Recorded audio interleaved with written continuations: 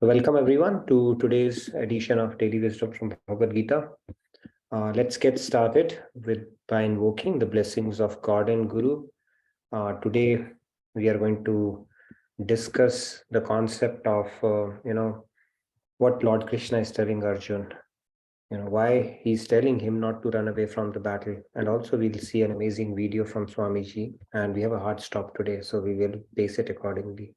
So let me share my screen and we will get started by invoking the blessings of God and Guru. Yes, sec. All right. Gurur Brahma, Gurur Vishnu, Guru Devo Maheshwaraha, Guru Sakshat Parabrahma, Tasmai Shri Guruve Namaha. Vasudeva Sutam Devam Kamsachanuramardanam Devaki Paramanandam Krishnam Vande Jagadgurum Krishnam Vande Jagadgurum. All right. So Radhe Radhe, good morning, good evening to all of you once again. So we were on Shloka 3.33 yesterday, and there are two cross references in continuation with that shloka that will help you understand this concept a little more in detail. And that's what I've picked up, those couple of shlokas from chapter 18. And you'll see why we have picked up, because it will help you put it in context. So we have somebody playing hide and seek here, but let's get started. Okay, so I'm going to recite. You're welcome to follow along. Sadrisham cheshtate swasyaha prakrte jnanavanapi prakritim yanti bhutani nigraha kim karishyati. All right, let's take a few hands, and then we have two more shlokas, so we can distribute it, maybe 2 or 3 people for this one. Sir, Radhe Radhe, please go ahead. Yes, please go ahead. Radhe Radhe. Sadrusham cheshtade swasyaha prakrute gnanavanapi prakrutim yanti bhutani nigraha kim karishyati. Wonderful, very nice, Sam. I liked your new class today.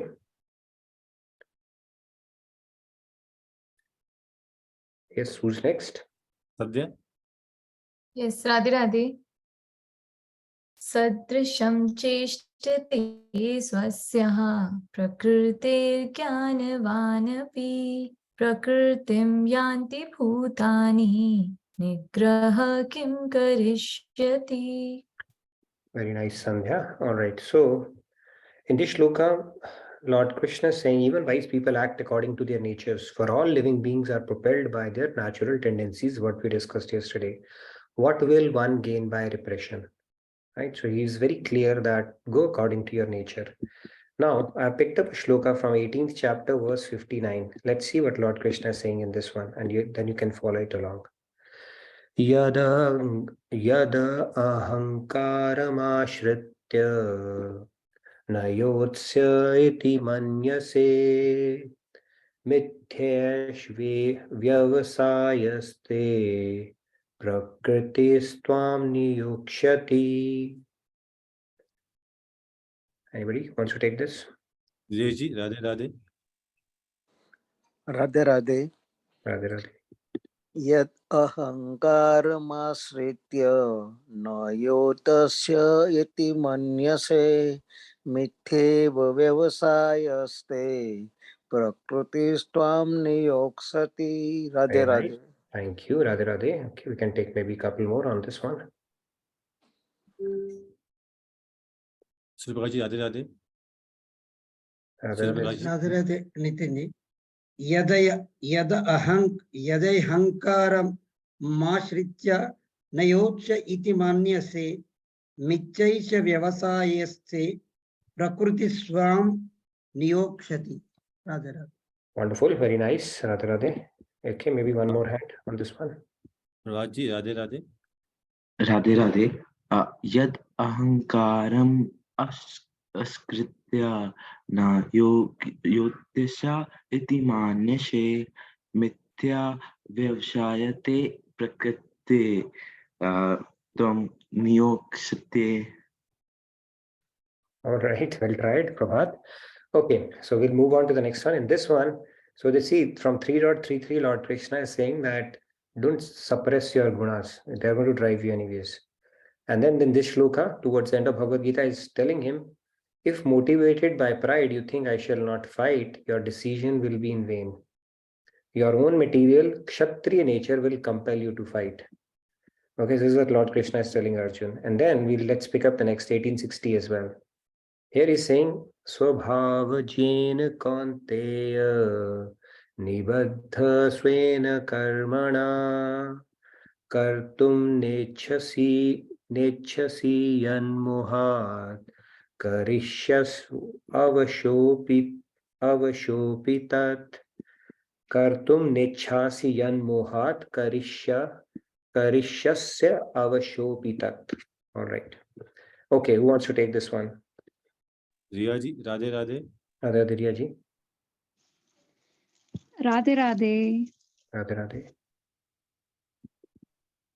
Swabhavajena kaunteya nibaddha svena karmana kartum nechasi yanmoha karishyayavashopitat. Very nice. Radhe Thank you, Radhe. Riya ji. Okay, we can take the remaining hands. 3 more hands there. Pallavi ji, Radhe Radhe. Radhe Radhe. Yeah. स्वभावजेन कौन्तेय निबद्धस्वेन कर्मणा कर्तुं नेच्छसि यन्मोहात् करिष्यस्य अवशोऽपि तात. Yeah, Karishyasya Avashopitat. Very nice. Thank you. All right, 3 more hands. Sairab ji, Radhe Radhe. Radhe Radhe. Radhe Radhe, Sairab ji. Swabhavajena kaunteya nibaddha svena karmana kartum nechasi yanmohat karishyasya vishopitat. Very nice, Sairam ji. Radhe Radhe. Last 2. Aparna ji, Radhe Radhe. Radhe Radhe. Swabhavajena kaunteya nibaddha svena karmanam kartum nechasi yanmohat karishyasya vasopitat. Very nice, Thank you. Aparna ji. Last but not the least, Somesh ji. Suresh ji. Radhe Radhe Nitin ji, Radhe Radhe everyone. Radhe Radhe. Swabhavajena kaunteya nibaddha svena karmana kartum nechasi yanmohat karishyasvasopitata. Radhe Radhe. Thank you. Thank you. Karishyasya Avashopitat. All right. Now in 1860, Lord Krishna is saying, "Oh Arjun, that action which out of delusion you do not wish to do, you will be driven to do it by your own inclination, born out of your own material nature." So the running theme in these shlokas is that there is something called your nature. And it's better to understand that nature and go with it. How to go with it? We'll do a quick recap. But let's hear Swamiji's beautiful lecture on this topic, and then we will take the discussion forward. So let me share my screen once again. We're allowed to share the sound as well.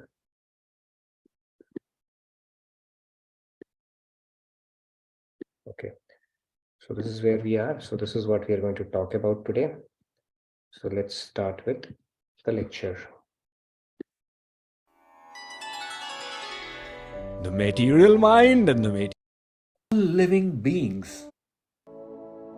Again, he goes back to endorse the fact that Arjun must act in accordance with his nature. All of us have our natural inclinations, and these natural inclinations have their base in our thoughts, actions, backgrounds of innumerable past lifetimes.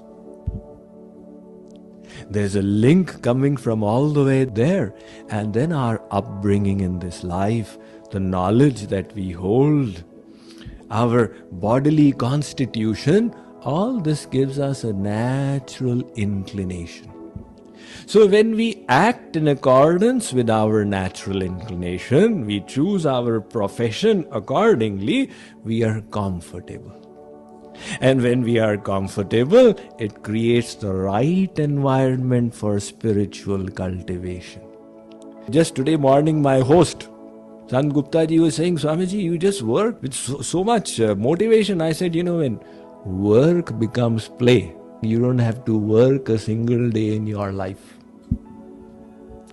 There's a person called Mark Albion who wrote a book, Making a Life, Making a Living. So in that he says that a study was conducted on MBA students over 20 years. And their careers were followed. So these students were divided into two categories. Those whose choice was that we wish to get rich first, and then later on we'll do what we like. And the others who said we'll do what we like doing, and we'll get rich as a natural consequence. So in the first category, it was a large sample size of about 1500. So the first category had about 86% of the people who said we'll get rich first and then we'll do what we like. And the second category had 14% of the people who said that no, we'll do what we like and we'll get rich later on. So after 20 years, they found that there were 101 millionaires. And 100 of them were from the second category, who said we'll do what we like and money will come. And one was from the first category. So Mark Albion concludes that you choose the path according to your natural inclination. And when work becomes play, you have to work no more in your life. You are only playing. So Sri Krishna is saying that, Arjun, what will repression achieve? You work according to the modes of your nature, and that you will feel comfortable, and in that comfort you cultivate spiritual progress. He is now moving higher and saying, Arjun, but slowly the nature has to be controlled, and the higher nature has to be made to manifest. In the beginning of our spiritual life, if we say, I like doing this, I don't like doing that, it's all right. But in the mature state, if we start saying, this environment I like, this work I don't like, this I like, that is immature spirituality. Because spirituality means you start shedding these likes and dislikes that are coming from the lower nature. And when you learn to control these likes and dislikes, then the true higher nature of the soul will manifest. Actually, the Dhammapad, the Buddha, he highlights this as the cause of suffering. I like this, I don't like this, I am happy with this, I am unhappy with this. Those who harbor such attachments, their suffering never ceases. I like this, I don't like this environment is good, this environment is bad. Those who release such likes and dislikes, all their suffering comes to an end. So having said, all right, Arjun, you work in accordance with your nature, now he's showing the pathway ahead.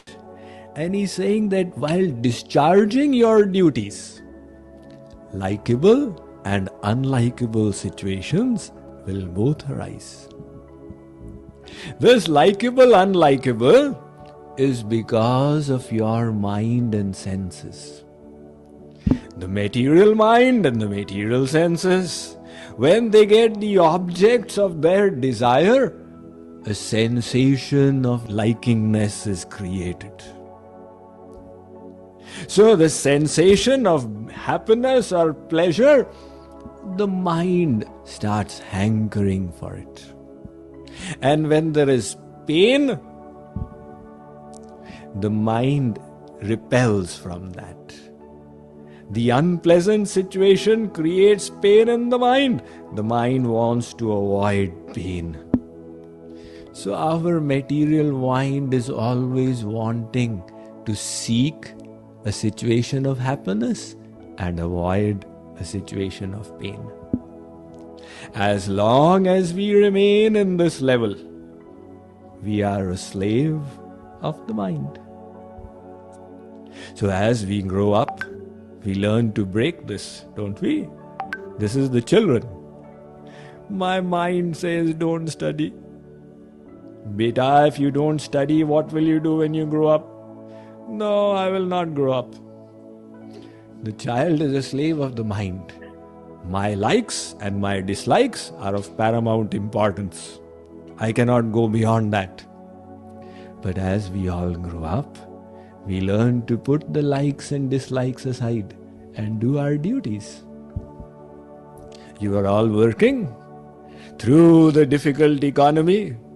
Are you liking it? Half the people are scared that they'll lose their jobs and there's no other job in the economy, right? But still you're working there, putting your likes and dislikes aside because it has to be done. So we rise, and rising means putting them aside. These likes and dislikes. So we have to remember that these likes and dislikes are not to be given importance. They are all coming from the mind and senses. And the temporary sensations of pleasure and pain created by the contact of the world with the mind and the senses.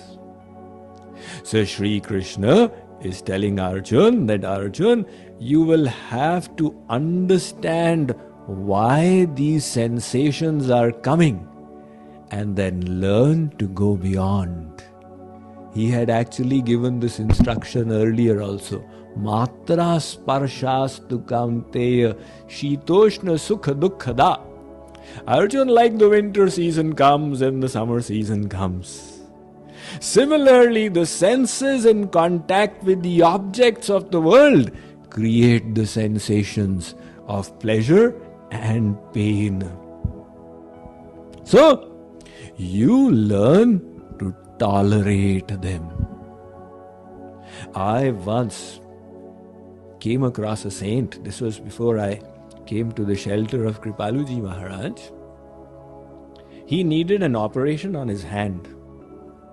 So he was getting it done in Bombay.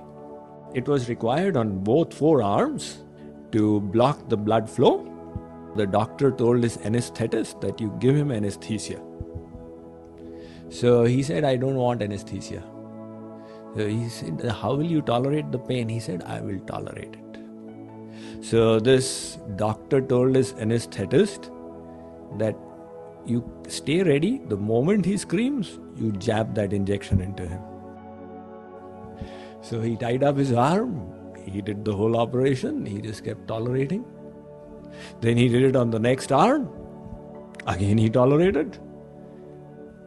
That doctor asked him, how did you do it? The saint said, this is the philosophy of the Bhagavad Gita. Matra sparshastu kaunteya shitoshna sukha dukhada. That the sensations of pleasure and pain are coming from the contact of the senses with the objects. Arjun, you learn to tolerate. By learning to tolerate to that extent, he had gained such control over his mind. We read this in the biography of Mahatma Gandhi. An appendicitis operation was done on him without anesthesia. So these saints are controlling their mind by understanding the reason behind the likes and dislikes of our mental moods, the mind in general, and rising beyond it. So those who say, you tell somebody, come and do devotion. Abhi man nahi kar raha. I'm not in the mood for devotion. What is this mood? The mood is the mind.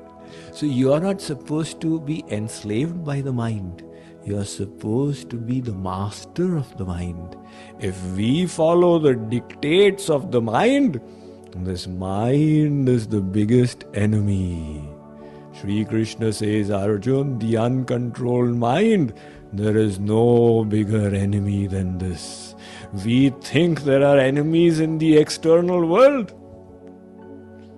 During the Cold War, people on both sides were thinking there are enemies there. But Sri Krishna says, Arjun, the biggest enemy is here. Your own mind, the uncontrolled mind. And the controlled mind, there can be no bigger friend than this. And how do you control the mind? The Buddhist technique of Vipassana, this is what they make you practice. You sit from morning to night, just keep tolerating. So you're learning control. But this Buddhist philosophy has come from the Vedic philosophy, right? So this verse is saying exactly that, the Vipassana technique, and saying so much more. So Sri Krishna says, Arjun, if you wish to manifest the higher nature, you will have to learn to tolerate the likes and the dislikes of the lower nature.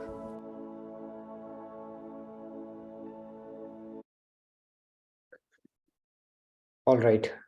Hope you enjoyed this lecture that we've been talking about chapter 3.33 and a little further as well that we are going to discuss tomorrow, by the way. So the key message here is that, as kids, we used to play to the whims and fancies of our mind. But as adult, if we continue to be adult babies, then it will only bring about misery, right? We know adult babies, we refuse to grow up on a few things. And when we are operating by our feelings and mood, that means we are adult babies. What spirituality tells us is to take control of our mood, cultivate feelings, figure out how to feel good, arm yourself with right knowledge. Because if we are going to let our mind dictate what we should be feeling, then it will not take us very far, right? We see that. And our feelings and emotions, if we cannot be subservient to that, in fact, we become the master of that. We cultivate those mindsets with proper knowledge to get out of the rut that we keep on creating for ourselves. Anyway, the key message again, going back to what we spoke about, Swamiji went a little further because he summarized both the shlokas, the one that we are discussing plus the one which is going to come in the next session. But what Krishna is telling Arjun is that act in accordance with your nature. Because if you'll do that, then you are setting yourself up for failure, because it is just temporary, because your basic nature is still going to drive you. That is what he's telling in 18.59 and 18.60 as well. So let's do a quick recap of the concept that we are talking about. So the key here is, right, these are habits and tendencies which drive us. Let's continue to drive. Okay, let's write that. Let's not artificially repress it by putting a brake. When you put a brake, it's a very unstable condition to be in. Just like when you put brake to a moving bicycle, it will become unstable. Instead of putting a brake, you simply dovetail it.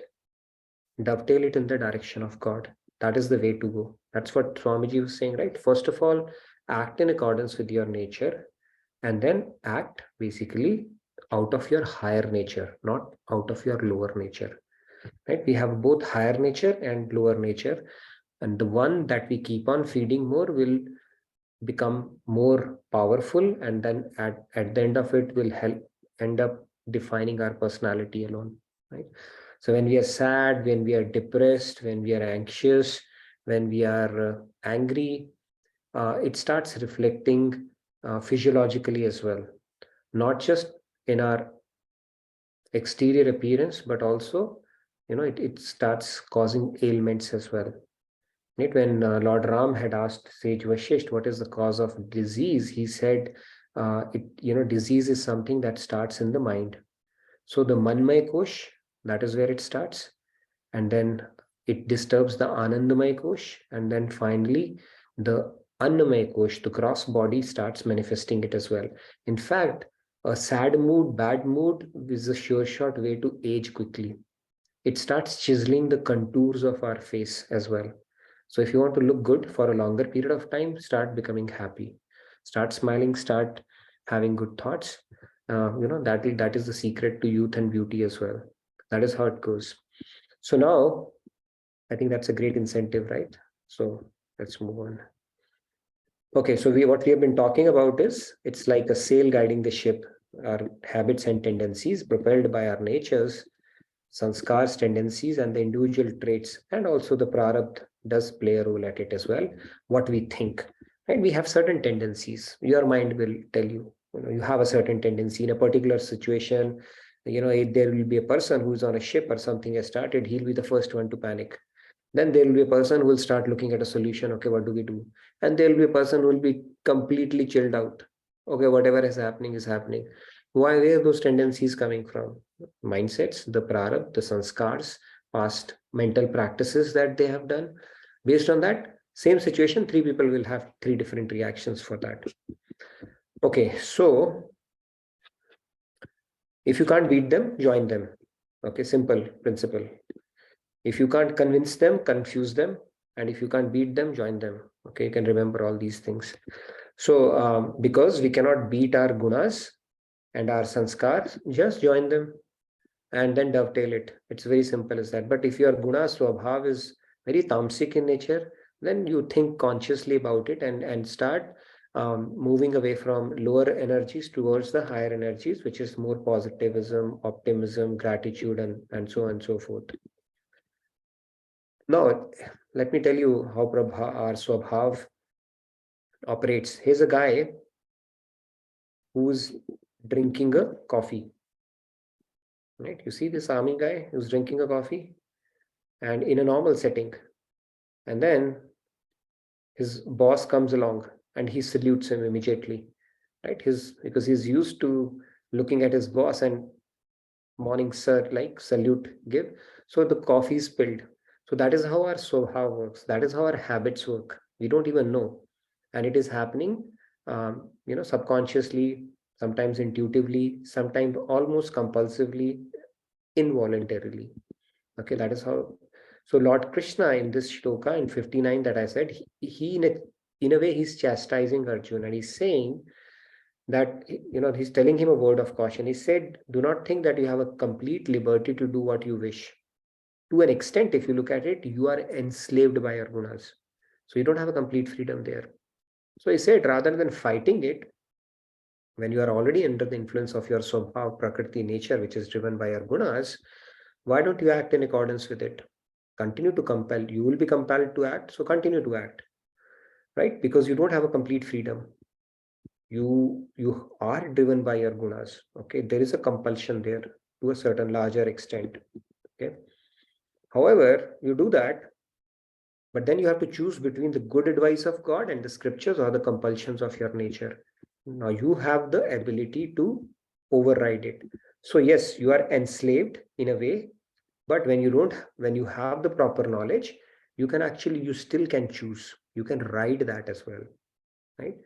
But in this particular case, of course, that is a call to action that you have to do. The swabhav that is being spoken about here is related to the call of duty for a kshatriya. The other swabhav could be, you could be lazy, you could be slothful, you could be procrastinating. That's where Lord Krishna is saying you have to choose between the good advice of God and the scriptures, or continue to be enslaved by your own nature only. Okay, so that is where he's giving him that instruction. And in the next one, 18.60, if I were to summarize this whole thing, he's continuing this, and he goes on to say that due to your sanskars or past lives that we have seen, our mind is from infinite lifetimes. And every sankalp or thought that we have had has left its impression on it. And a lot of it has actually feeded our subconscious as well, okay, which is called our pravritti, nature, propensity, tendency. And in case of Arjun, he's telling you are a kshatriya nature. Your inborn qualities of heroism, chivalry, patriotism will compel you to fight. You have been trained in past lifetimes and this one to honor your duty as a warrior.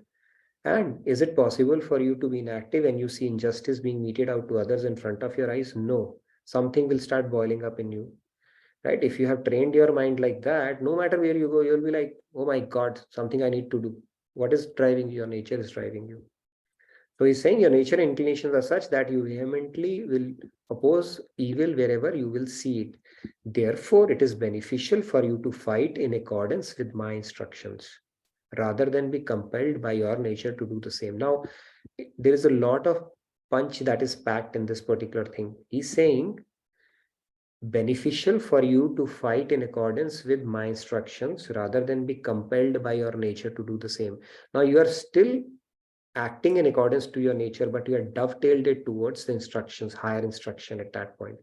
If he had fought that war like a kshatriya, that, okay, I'm going to kill Duryodhan and take revenge from him for what he did to my brothers and my wife, and then I'm going to take the throne away from him, right? That thing would have changed the whole dynamics around that particular act.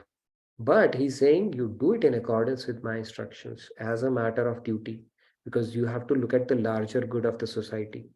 But if you had fought the same war he has to fight regardless because he's a kshatriya. But whether you are fighting it for your own self because you are impelled by your nature, or you are fighting it in accordance with the higher instruction, that choice is always with you. I hope that point is clear. Okay.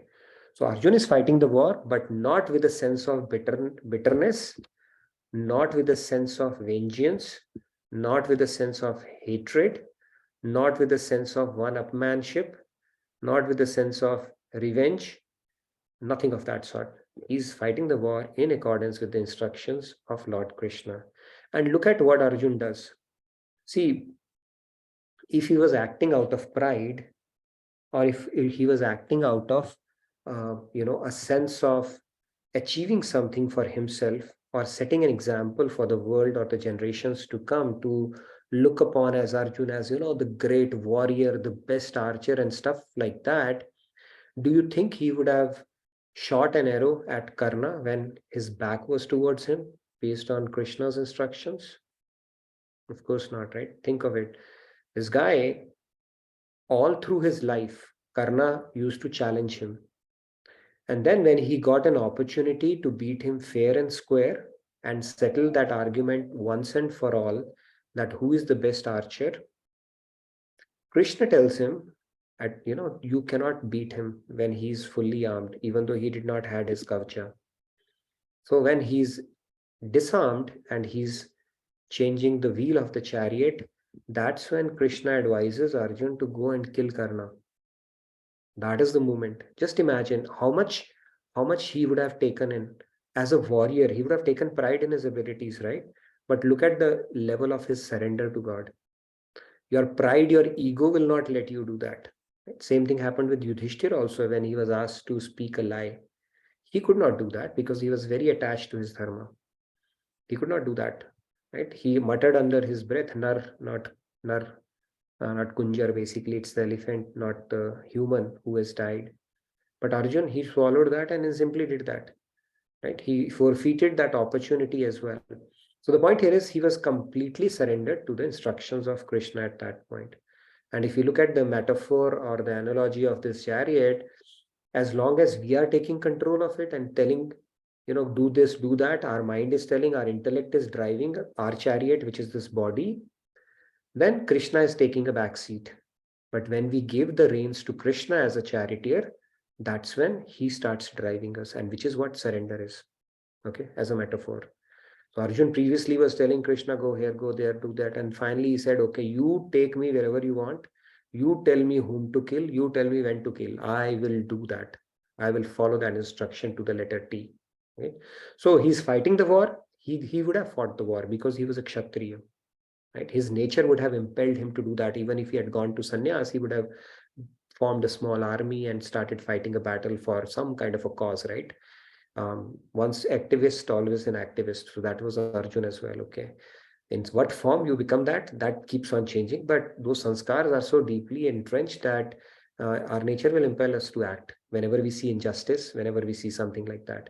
But now what has happened is it's getting dovetailed. That's essentially what has happened. That's what Krishna is telling him as well, that fight the war in accordance with my instructions, not just because you are in an autopilot mode because of your kshatriya nature. Okay, so that is the key message. Now moving on. So similarly, we two humans, Arjun is a proxy for all of us. Okay, Krishna has chosen battlefield, Krishna has chosen that particular situation, and Arjun is asking questions on our behalf. So basically, we humans are also propelled by our natures. We all have a nature. We are all unique in that sense. Arjun was warrior by nature. Lord Krishna told him, your own warrior nature will compel you to fight. 18.59, he's telling him. 3.33, and that's a cross reference we are doing against that. And then 18.60 is saying you will be driven to do it by your own inclination, born out of your nature. We have spoken about this concept. And then he goes on to say, this is the key thing, that nature should be sublimated by shifting the goal from worldly enjoyment to God realization. You're not fighting a battle. You're not doing something for your own enjoyment. So from bhog, you sublimate it to yoga. Okay. So right now what we are doing is karam bhog. What we have to do is karam yoga. Okay. Yoga means you are attaching it to God. You're doing it for his pleasure. Bhog means I'm doing it for my own sake. And performing the prescribed duties without attachment and aversion in the spirit of service to God. Attachment and aversion, we'll talk about it more tomorrow. But if you think about anything and everything that we do in our lives, it's driven by rag and dvesh. Attachment and aversion. I want to do this. I don't want to do this. I like this. I dislike this. I want more of this to happen to me. I want less or none of it to happen to me. So God is saying you have to rise above that, because when you go with these hankerings and aversions, you are being adult babies. That's essentially the message. Okay, so you need to grow out of that as well, as we grew out of certain things. When we started growing up, when we were kids, we wanted to play, and our parents would tell you, no, it's your exam, you have to study. So we would listen to them. As we started growing up, those instructions started lessening, because we understood it's our exam, and we started preparing by ourselves, right? In college, they don't need to tell us. But in other things, we continue to be a baby. I like this, I don't like this, my mood is bad, my mood is good, right? That is also a symptom of being an adult baby, is what Bhagavad Gita tells us. Swamiji explained it so beautifully, and that's essentially what the message is. So we need to basically, the pacifier, we need to shed that pacifier and start growing up from a spiritual standpoint, rather than continuing to be adult babies, is the key message. Now, having said that, any questions around it? What we have spoken about, these are very, very in-depth concepts that we have spoken about today. Tomorrow we talk about hankerings and aversions is what we are going to talk about, and go a little more deeper into that, because it almost seems like a perfect trap for us. God has given us all these apparatus and mind and everything, and he's now being a witness. Okay, let's see now what the soul does, what choice it's going to make. And it's of course a difficult battle, and we'll see what are the different traps. In fact, it seems like a perfect trap for us. And then how do we first become mindful of it and do something about it, that is why we are here, right? That is why we're having these discussions as well.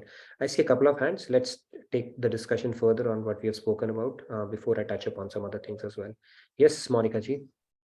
Before I start, Monica ji, how can I get Krishna to answer my questions? I know what my nature is. So how do I come to know that what to do, what to do? Since he was with Arjuna all throughout, and he could guide here and there. But how do I guide myself? And how do I know that I'm doing what I'm doing is right? Yeah, so basically, I don't know, it's a good question. We don't have the benefit of Krishna, right? And that is why Krishna sends a guru along our way. Until we find a guru, we keep on harnessing our own spirituality and hope that our intuition would guide us through God's wisdom. But the true thing will start. There will always be dilemmas, moral and ethical dilemmas we will be confronted with. And other than God, nobody knows what is a proper dharma. Even Bhishma Pitama couldn't get it right. Karna could not get it right. Yudhishthir could not get it right. So who are we to get it right? So we operate out of sincerity of intention, sincerity at heart and purity of intention. That's the best we can do. But once we get the guru makes way in our life through grace of God, that's when we can truly get the, something set in stone. Okay, this is what is right, this is what is wrong. Until then, we have to, take a leap of faith based on our intuition and pray to God that this is the best I could do. At least I'm keeping my intentions clear. And suppose I choose a guru, any guru, suppose. And how does guru know that I've chosen him and he's with me? Will he come to know about this? If you choose a God-realized guru, they know everything about us, our past, present, future, all karmas, prarabdha, everything they know about us.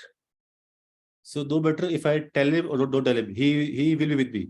The moment I choose him. Is that so? Yes. That is how this relationship goes. Okay. There are no limitations of physical boundaries there. The guru is always there.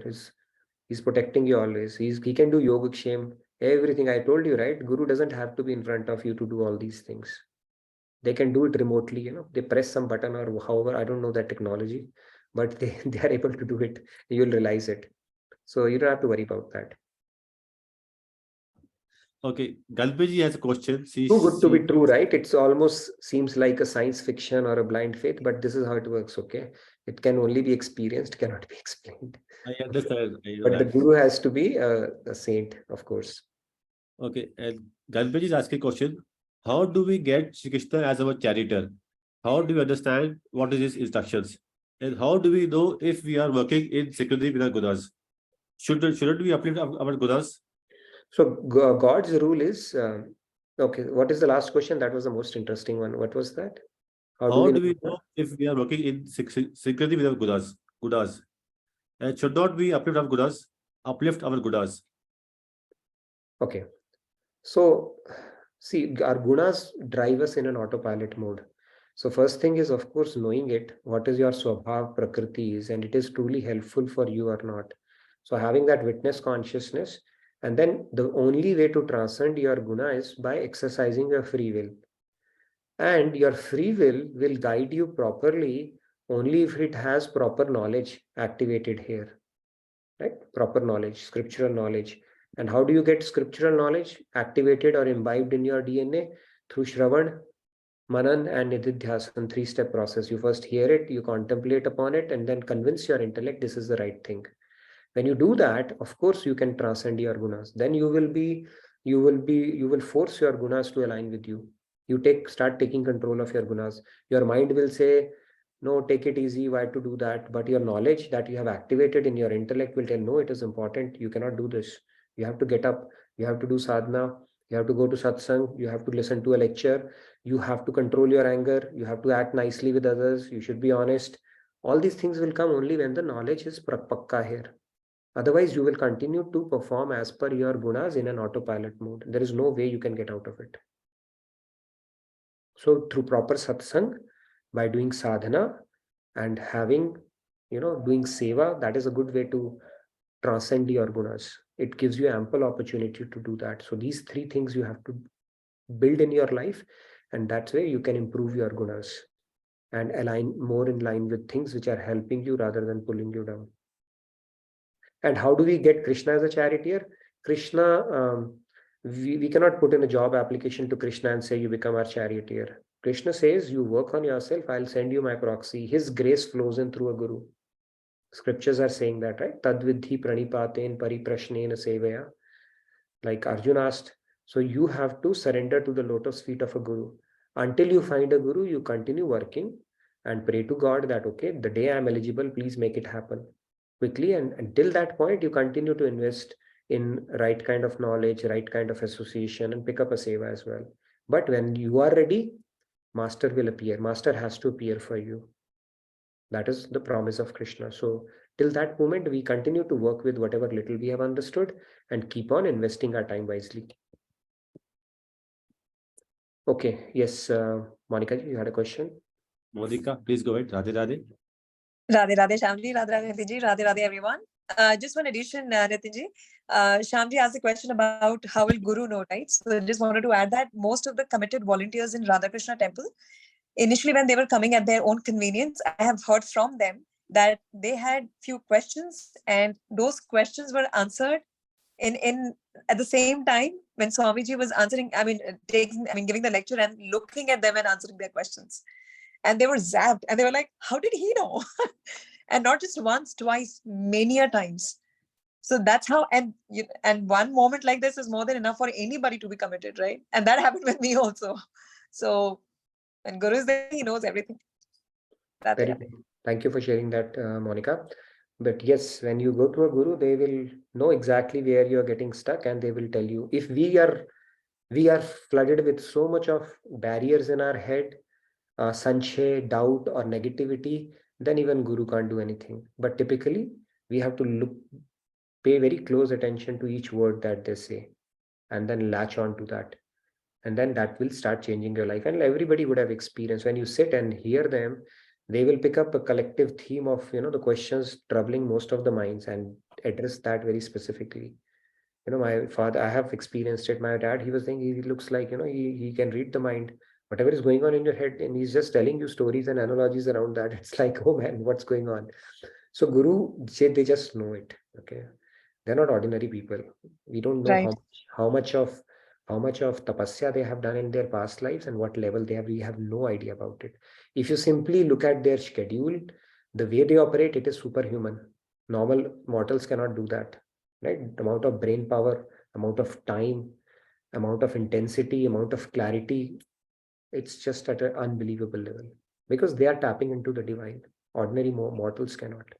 Right. Great. And these volunteers, they were not the ones who were actually talking to him. It was usually the usual pranams and everything, right? They never spoke to him. But when their questions were being answered, Swamiji looked at them and answered it. So many a times. Yes, and one of the things of Guru is they don't answer the question, they answer the person. The person, yes. They answer the person.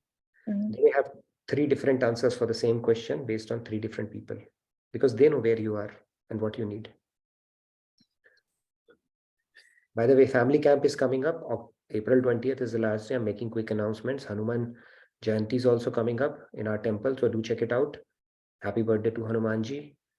And then family camp and a lot of good things as well. Do check it out. And we are also going to have people come out to our temple and give them a guided tour, okay, starting this Saturday. So if you are around, come over. It will be a very, very nice way to understand about the temple and the different things that happen. So quick announcements I had to make. Let's take Sandhya's question now. Sandhya ji, Radhe Radhe. Radhe Radhe Sandhya. Just to add to the announcement, Satsang in Delhi and Gurgaon. Gurgaon starts tomorrow. So you're like once in lifetime and many times after that opportunity to meet Swamiji. So yeah, my question now. So regarding the natural tendencies, so there are 2 kinds, right? One is the gunas, which I think can be hierarchical, like tamas, rajas, and sattva. And one can say that they're identifying what are your natural tendencies. You should try to uplift them towards sattva, and then of course Shuddha sattva at the end. But then the other kind is our professional tendencies, right? Like what skill set we have, what is it that we can do efficiently. There, I don't think there's any hierarchy. It's more like what, lock and key, what fits best for your so-called. True. But the gunas may have a play there as well, right? See, its action is predominated by rajas. People, rajas is the action dominated guna, right? But in corporate setup, one is action, of course. Rajas, you need a lot of rajas. You need, if you are having a lot of tamas, then you will be like, okay, lazing around even in office. So, but at the same time, when you have those kind of ethical decisions and moral dilemmas, even in your office, when you are doing something, certain decisions have to be taken. What is your intention behind it, right? Are you chastising somebody because you want to, extract some kind of taking it for an ego ride, or you're doing it for their good? Those kind of, there also you can actually, it's an opportunity for you to uplift your gunas. Are you doing it with a good intention, more out of sattva, or for the play? So those kind of thing, even shuddha sattva, you can, karam yoga is essentially that only, right? But there Right. also you have to do that. There's an opportunity for us to purify and uplift our gunas, because there are situations where your tamas and those kind of things can become predominant, especially in office politics and stuff like that. And those decision points give us opportunity to work on our gunas as well. Right. So yeah, just to confirm, so irrespective of any professional tendency that you have, it's always best to try and uplift towards higher gunas, is what I wanted to actually ask. Yeah. True. It has to be a right mix, basically. Tamas is also needed, right? Otherwise, we will not be able to sleep. If somebody says, I just sleep for 2 hours because my mind is always active, I just want to do something, it's not good. Yukta harasya, Bhagavad Gita says, right? There has to be a balance between our food, sleep, and everything. So excess of rajas is also bad. And excess of tamas is also needed, because you need to rest. At least you need 6 to 8 hours of sleep, right? Or whatever is needed based on your age. So it has to be in proportion, but the key is to uplift it. At least your lower nature has to be subdued and replaced by your higher nature until you start doing things for the pleasure of God. Your Shuddha Sattva aspect of it. Guna means rope, basically. It ties you. Guna actually word itself means rope. So it's like a rope only, right? 3 ropes are like puppets. We are in hand puppets in the hand of these gunas that we see. All right, a couple of other hands, we can take those as well. We have a comment in the chat window. Vijay is asking, why should we have so many intellectual discussions on the path of bhakti? Because Bhagavad Gita is not just limited to bhakti. Krishna, if that was the case, then he would have just said bhakti and end of the story, right? He has given karam yoga, gyan yoga. So here we are catering to pretty much all the things. And sometimes having knowledge helps in bhakti also, because then intellect gets convinced. If we simply do bhakti without proper knowledge, there is a risk that we may even fall. So knowledge, they basically, even Chaitanya Mahaprabhu has said that in order to acquire tattva gyan, na karo alas, basically, don't be lazy. Don't think we have understood it and now we can do bhakti. Always keep on revising, contemplating on your knowledge, because when the moment will come, the knowledge will slip. So tattva gyan, having a rock foundation, solid foundation with regards to tattva gyan is very, very important. And that's why Krishna has taken trouble to go through 700 shlokas. He could have simply spoken 6 or 7, 8 verses about bhakti and said, okay, end of the story. That's not the case. Thank you so much. And Prabhatji is saying, Guru is like Alexa. If we have love for Hari Guru, it will work as internet. Then only we can connect with Alexa and take benefit.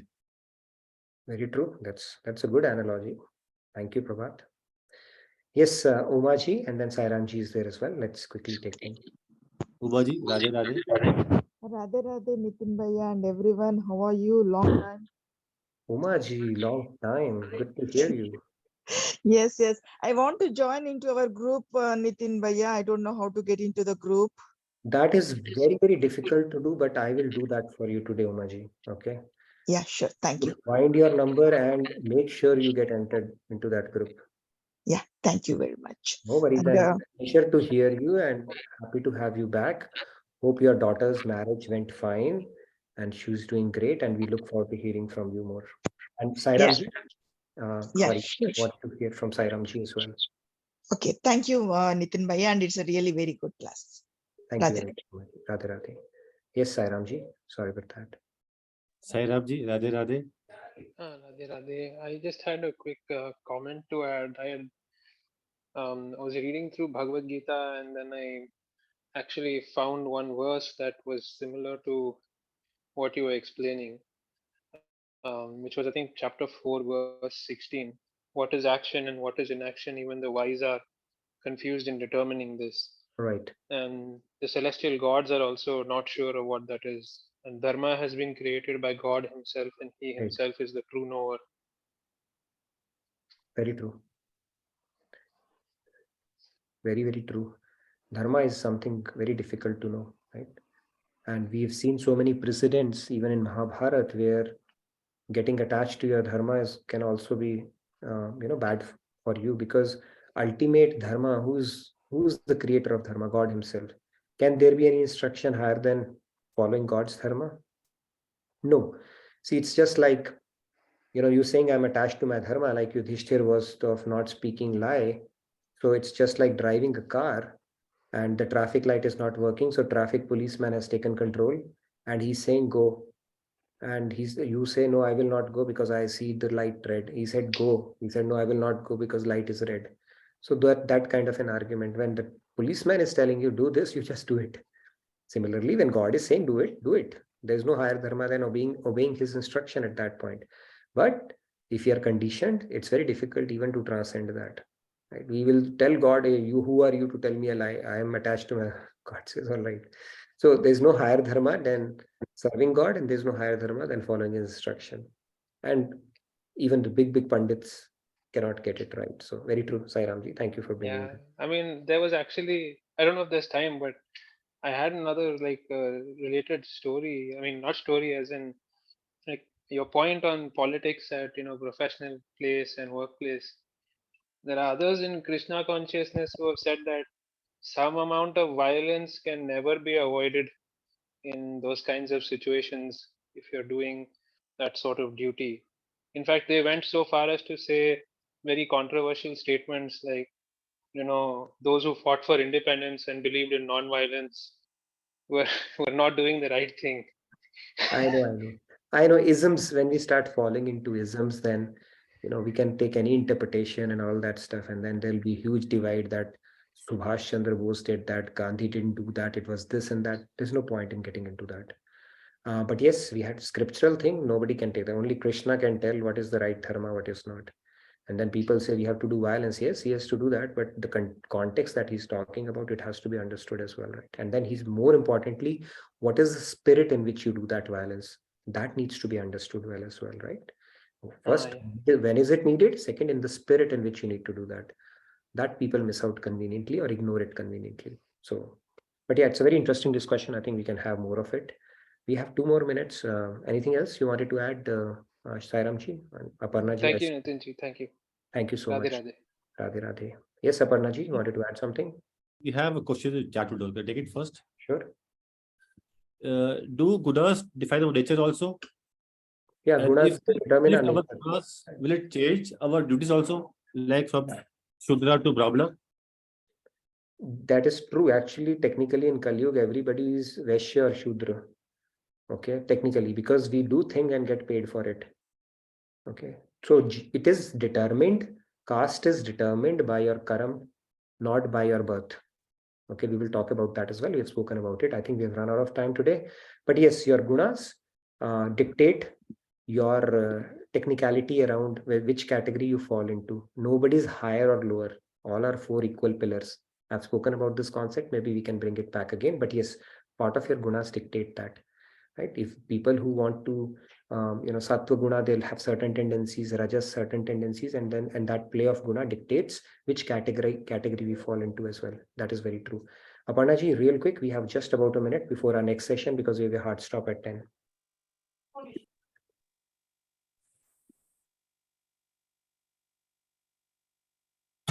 Or did we lose Aparna ji? Okay, so maybe you can fill out the feedback tracker. If you have any question, we can bring it in tomorrow and continue with our discussion, because we are going to talk about another important aspect, that perfect trap that we keep falling into, not only in this life, but lifetime after lifetime. So let me stop here now. Aparna ji, you can put in your question or we can continue tomorrow. I'll hand it over to Sunil Bhai and Ajay for the next session then. Radhe Radhe from my side. I'll see you tomorrow. Thank you, Nitin.